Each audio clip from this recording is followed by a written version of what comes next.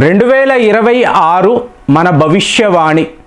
ఇప్పుడు ఈ అమెరికాలో డిపార్ట్మెంట్ ఆఫ్ ట్రెజరీ ఉంటుంది కదా, సో వాళ్ళ లెడ్జర్ను వాళ్ళు చూసినప్పుడు చైనా వాడు ఒక 100 బిలియన్ అమెరికన్ డాలర్స్ను డంప్ చేశాడు, అంటే విత్డ్రా చేసేసుకున్నాడు, లిక్విడేట్ చేశాడు. తర్వాత భారత్ ఒక 50 బిలియన్ అమెరికన్ డాలర్స్ను వీళ్ళు అక్టోబర్ నెల 2025లో సో అప్రాక్సిమేట్గా చూసుకున్నాడు. సరే, ఒక 150 బిలియన్ అమెరికన్ డాలర్సే కదా, ఇప్పుడు ఏంటి తక్కిన వాళ్ళ పెట్టుబడులు ఉన్నాయి కదా. ఇక్కడ ఎలా ఉంటుంది, సొమ్ము ఒక్కడిది సోకొక్కడిది. అమెరికా వాడు కట్టే ఈ బిల్స్ అనండి, వాడి ఎక్స్పెండిచర్ అంతా కూడా తక్కిన దేశాల యొక్క పెట్టుబడులేనండి. సో అలాంటప్పుడు వీడేమనుకున్నాడు, ఏముందిలే చైనా భారత్ వీళ్ళు ఏం చేస్తారు అనుకున్నాడు. అలా కాదండి, మీ శత్రువులను మీరు తక్కువ అంచనా వేయకూడదు, ఎప్పుడు వేయకూడదు. సో ఇవాళ అమెరికా వాడు చేసిన అతి పెద్ద పొరపాటు ఇదే. మీకు ఏ స్థాయిలో ఉందంటే ఈ ప్రొజెక్షన్స్, మీకు సడన్గా యూరోప్ యూనియన్కి సంబంధించిన ఈ దేశాలు ఏకంగా నమ్మరు ఫ్రెండ్స్, 12 ట్రిలియన్ అమెరికన్ డాలర్స్ను విత్డ్రా చేస్తున్నారు. ఎక్కడ, యుఎస్ బాండ్స్. ఊహించండి, అంటే కొలాప్స్ అండి. 12 ట్రిలియన్ అన్నప్పుడు ఎంత పెద్ద అమౌంట్. సో ఇవన్నీ వీళ్ళేంటి, అమెరికాను నమ్మి తమ పెట్టుబడులను వాడి ట్రెషరీలో పెట్టారు, బాండ్స్ రూపేణ పెట్టారు. ఇప్పుడు ట్రంప్ ఏమంటాడో చెప్పమంటారా, ఇవ్వకండి, ఈ బాండ్ ఏదైతే వాళ్ళ దగ్గర ఉంటుందో మీరు వాటిని రిలీజ్ చేయకండి. ఎలా కుదురుతుందండి, నా డబ్బు ఇప్పుడు బ్యాంకులో నేను ఒక 10 లక్షలు వేసి ఉంచానండి, నేను వెళ్ళి అడిగితే ఇవ్వలేము అన్నారు అనుకోండి, మీరు ఏం చేస్తారు? కానీ ఇక్కడ ఏంటి ప్రాబ్లమ్, ఇంటర్నేషనల్ చట్టాలు కూడా, ఇంటర్నేషనల్ కోర్టు కూడా అమెరికాను అడగలేదా, ఇవ్వను, ఇప్పుడు నువ్వు ఏం చేస్తావు?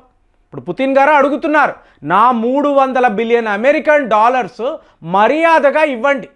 యుద్ధము వేరు, వ్యాపారము వేరు. మీరు నేను కలిసి వ్యాపారము చేశాము, నేను నా ఆయిల్స్ నీ దేశానికి పంపించాను, ఇవాళ నాకు ఇవ్వు అంటే తిరిగి ఇవ్వము, నీ మీద శాంక్షన్స్, నీ అసెట్స్ని అంతా మేము ఫ్రీజ్ చేసాము అంటే ఇంకా కూడా ఎంతో కొంత మంచితనము ఉంది కాబట్టి ఉపేక్షిస్తున్నాం, అంతే కదండి. లేకపోతే ఏమవుతుంది, యుద్ధమే, థర్డ్ వరల్డ్ వార్. సో ఇప్పుడు వీళ్ళకి అర్థమయ్యింది, ఒక్కసారిగా అమెరికా యొక్క ఈ ట్రెజరీ బాండ్స్ 12 ట్రిలియన్ వీళ్ళు విత్డ్రా చేసేసారు అనుకోండి. యూరోపియన్ 27 దేశాలు కదండి, కలిసిగట్టుగా వాళ్ళు వాళ్ళ వార్ రూమ్లో కూర్చొని పద చూద్దాం, అమెరికా అంతు చూద్దామని అనుకున్నారు అనుకోండి. ఇవాళ వస్తున్నాయి. ఇప్పుడు ఊర్జులా మేడం అయితే క్లియర్గా వరల్డ్ ఎకనామిక్ ఫోరంలో మాట్లాడుతున్నారు. ఆవిడ చెప్తున్నారు, ఇదే చెప్తున్నారు, 1971లో మనము ఇలాగే ఏమారిపోయాం, కానీ మనకు తెలియలేదు. సో తెలియలేదు, ఇవాళ డొనాల్డ్ ట్రంప్ ఇదే పని చేస్తున్నాడు. కాబట్టి ఇకపైనైనా, అంటే జరిగిన నష్టం జరిగిపోయింది, ఇక మీదట మనము న్యూ యూరోప్ను చూడాలి. కానీ మీరు ఎంత డ్యామేజ్ చేశారండి. ఒక్కసారి వ్లాదిమిర్ పుతిన్ గారి పాయింట్ ఆఫ్ వ్యూలో చూడండి. ప్రశాంతంగా ఉన్న ప్రపంచం, రష్యా తన పనేదో తాను చేసుకుంటూ పోతుంది, వీళ్ళకి కావలసిన ఎనర్జీ సప్లై ఏ రోజు ఆపలేదు. ఆయిల్స్ అనండి, గ్యాస్ అనండి, ఏ దేశానికి ఎంత కావాలో మీకు ఆ టైంలో 2021లో రష్యన్ ఆయిల్స్ భారత్ దాకా రావడము అంటే 1% అండి. ఒకే 1% మాత్రమే మనము కొన్ని ప్రోడక్ట్స్ రష్యా నుంచి తెప్పించుకునే వాళ్ళం. ఏంటి, 1%.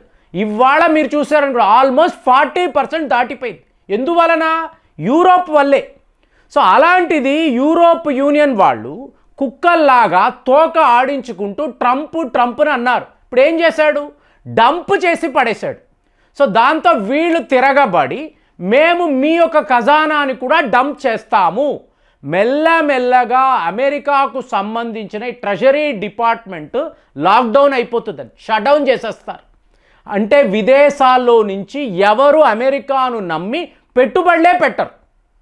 ఆల్రెడీ భారత్ చైనాను చూశారనుకోండి, ₹1 ఇన్వెస్ట్మెంట్ లేదండి.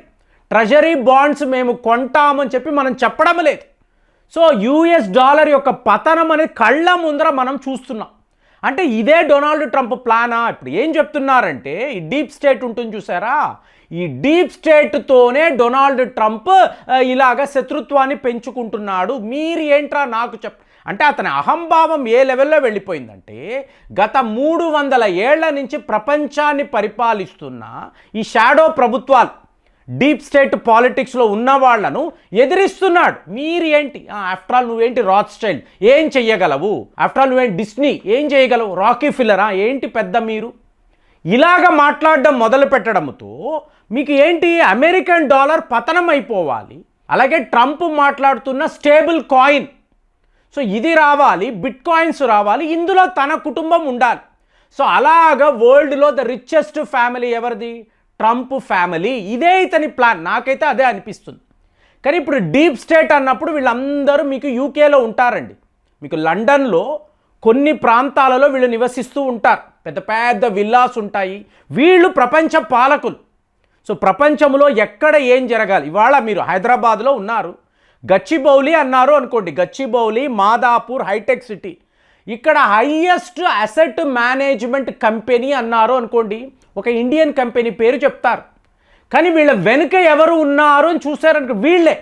మీకు అది బ్లాక్ రాక్ అనొచ్చు, లేదా మీకు వాన్గార్డ్, ఇలా చాలా కంపెనీస్ ఉంటాయండి, వాళ్ళకి వందల్లో కంపెనీస్ ఉంటాయి, వాళ్ళవే పెట్టుబడులు. సో అలాంటిది వీళ్ళు మెల్లమెల్లగా అమెరికా నుంచి షిఫ్ట్ అవుతూ ఆల్రెడీ మాట్లాడారు, 2 ట్రిలియన్ అమెరికన్ డాలర్స్ వీళ్ళు విత్డ్రా చేసేసారు, ఆల్రెడీ విత్డ్రా చేశారు. యూరోప్లోనూ పెట్టలేరు, చైనాలోనూ పెట్టలేరు, ఫైనల్గా భారత్కే రావాలి. సో మీరు చూసారనుకోండి, అనంత్ అంబానీ పెళ్ళికి వీళ్ళు వస్తున్నారు, వీళ్ళ సీఈఓలు, వీళ్ళ ముఖ్య అధికారులు. అంటే దాన్ని బట్టి ఏంటి, రిలయన్స్తో కలిసి భారత్లో లక్షల కోట్లు పెట్టుబడి పెట్టి ఇక్కడ ఒక స్థిర నివాసము ఏర్పాటు చేసుకోవాలి. అమెరికా రిలయబుల్గా లేదు, ట్రంప్ వల్ల చాలా ఇబ్బందులు, ఓకే వాడిని ఏం చెయ్యాలో అది వేరే ప్లాన్ అండి. కానీ ముందు వీళ్ళ అసెట్స్ని వీళ్ళు జాగ్రత్త పరచుకోవాలి కదా, ఇంకా పెంచుకోవాలి కదా. దాన్ని బట్టి చూసారనుకోండి, Europe, America, China not reliable, ఒక్క భారతే ఇక్కడ పెట్టుబడులు పెడితే, ఇక్కడ వ్యాపారాన్ని పెంచుకుంటే చాలా బాగుంటుంది. ఇదే ఇవాళ వీళ్ళ ఆలోచన. సో దాని ప్రకారం ట్రంప్ యొక్క ప్లానింగ్ మారిపోయిందా, కాబట్టి అంటే అతనే స్వయంగా అమెరికన్ డాలర్ పతనాన్ని కోరుకుంటున్నాడా, కాబట్టి ఇన్ని యుద్ధాలు. ఎవరు చెప్పినా గ్రీన్లాండ్ ఒక మంచి బిజినెస్ అండి, మంచి డీల్, ఒప్పుకోండి, ఒప్పుకోకపోతే యుద్ధమే, మీ మీద టారిఫ్స్ విధిస్తాను, లేకపోతే మిలిటరీ యాక్షన్. ఇలా చెయ్యగలడు అమెరికా అధ్యక్షుడు, ఇలా ఎలా ఆలోచించగలడు అంటే ఇదే అతని ప్లాన్ అయి ఉంటుంది. తన ఫ్యామిలీ ఇవాళ రిచెస్ట్గా ఉండాలి, ఈ డీప్ స్టేట్ కాదు, యూరోప్ యూనియన్ కాదు, రష్యా కాదు, చైనా కాదు, ఐఆమ్ ద బాస్ అని అనుకుని ఒక భ్రమలో ఉన్నాడు. ఇది ఏవి జరగవండి. ఇలా ఎంతోమంది వచ్చారు, ఎన్నో నాటకాలు ఆడారు, ఫైనల్గా వాళ్ళు ఏం అవ్వాలో అయ్యారు. అయినా కూడా ఒక భ్రమ ఉంటుంది కదా, ఒక అరగెన్స్ ఉంటుంది కదా, దాని ప్రకారం ట్రంప్ ఇలా ఆలోచిస్తున్నాడు. కానీ మీకు ఆ ట్రెజరీ డిపార్ట్మెంట్ అధికారులను చూశారనుకోండి, 12 ట్రిలియన్ అమెరికన్ డాలర్స్ను ఇవాళ యూరోప్ యూనియన్ వాళ్ళు విత్డ్రా చేయబోతున్నారు, లిక్విడేట్ చేయబోతున్నారు. అంటే ఇది ఎలాంటి ఒక వార్త, డెన్మార్క్ యొక్క ఈ పెన్షన్, అంటే డెన్మార్క్ ఫెడరల్ గవర్నమెంట్ యొక్క ఈ పెన్షన్స్ తీసుకుంటారు చూసారా, వాళ్ళు ముందు ఆ యుఎస్ బాండ్స్ని విత్డ్రా చేయండి, మాకు వద్దు అంటే డెన్మార్క్ వాళ్ళు తిరగబడ్డారు అనుకోండి, యావత్ యూరోప్ కూడా తిరగబడుతుంది. ఇది చాలా పాత దేశము, మీకు చెప్తున్నా కదా, నాటోలో అతి ముఖ్యమైన దేశము. అలాంటిది ఇవాళ ఇంత పెద్ద లెవెల్లో గ్రీన్లాండ్ కోసం అన్నప్పుడు మీకు 40% మీకు వీళ్ళ షేరే ఉంటుందండి. ఏది యుఎస్ బాండ్స్లో 40% యూరోప్ యూనియన్ వాళ్ళ పెట్టుబడులే ఉంటాయి. తరువాతే ఆసియా ఖండము, తక్కిన దేశాలు. సో వీళ్ళందరూ కూడా అమెరికా ట్రెజరీ డిపార్ట్మెంట్ విడిచిపెట్టి వెళ్ళిపోయారు, ఫర్దర్గా నో ఇన్వెస్ట్మెంట్స్ అన్నారు అనుకోండి, అమెరికా కుప్ప కూలిపోతుంది.